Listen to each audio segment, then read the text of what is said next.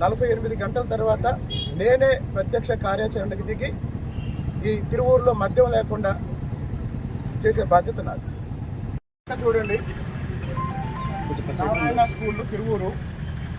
ఈ స్కూల్ పక్కనున్న 3 షాపుల్లో బెల్ట్ షాపులు మద్యం అమ్ముతున్నారు.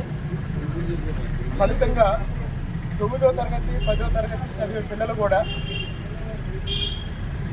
దురలవాట్లకి లోనై దారి తప్పడం జరుగుతుంది.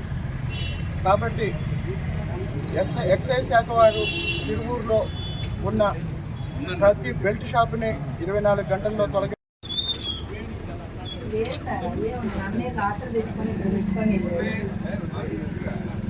ఇప్పుడు తిరువూరు పట్టణంలో అఫీషియల్గా 4 మద్య షాపులు ఉన్నాయి. నాకు వచ్చిన సమాచారం ప్రకారం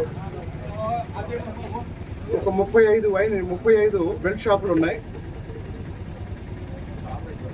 ఈ 35 బెల్ట్ షాపులతో పాటు నియోజకవర్గంలో 4 మండలాల్లో మొత్తం 130 దాకా బెల్ట్ షాపులు ఉన్నాయి. ఇప్పుడు ఎదురుగా ఉన్న వైన్ షాపు వాళ్ళు ఇక్కడ ఒక 5-6 బెల్ట్ షాపులు నడుపుతున్నారు. ముందు ఈ వైన్ షాపుని లైసెన్స్ క్యాన్సిల్ చేయాలి. ఆ తర్వాత పదండి.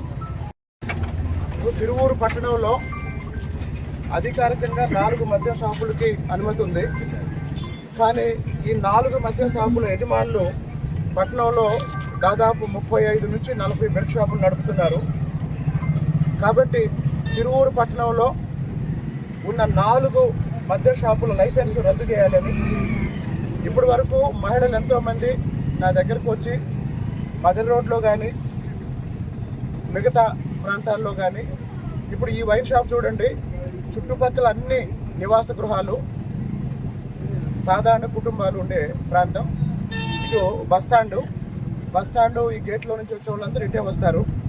ఈ వైన్ షాప్ వల్ల ఉదయం నుంచే ఈ రోడ్డు మొత్తం తాగుబోతులు కూర్చొని వచ్చేపోయే వాళ్ళకి ఇబ్బంది కలిగిస్తున్నారు. దానికి తోడు తిరువూరు పట్టణంలో ఉన్న ఈ 40 బెల్ట్ షాపుల్ని తీసేయాలంటే ఈ 4 మద్యం షాపులు ఎవరైతే ఉన్నారో ఈ 4 మద్యం షాపుల లైసెన్స్ వెంటనే రద్దు చేయాలి.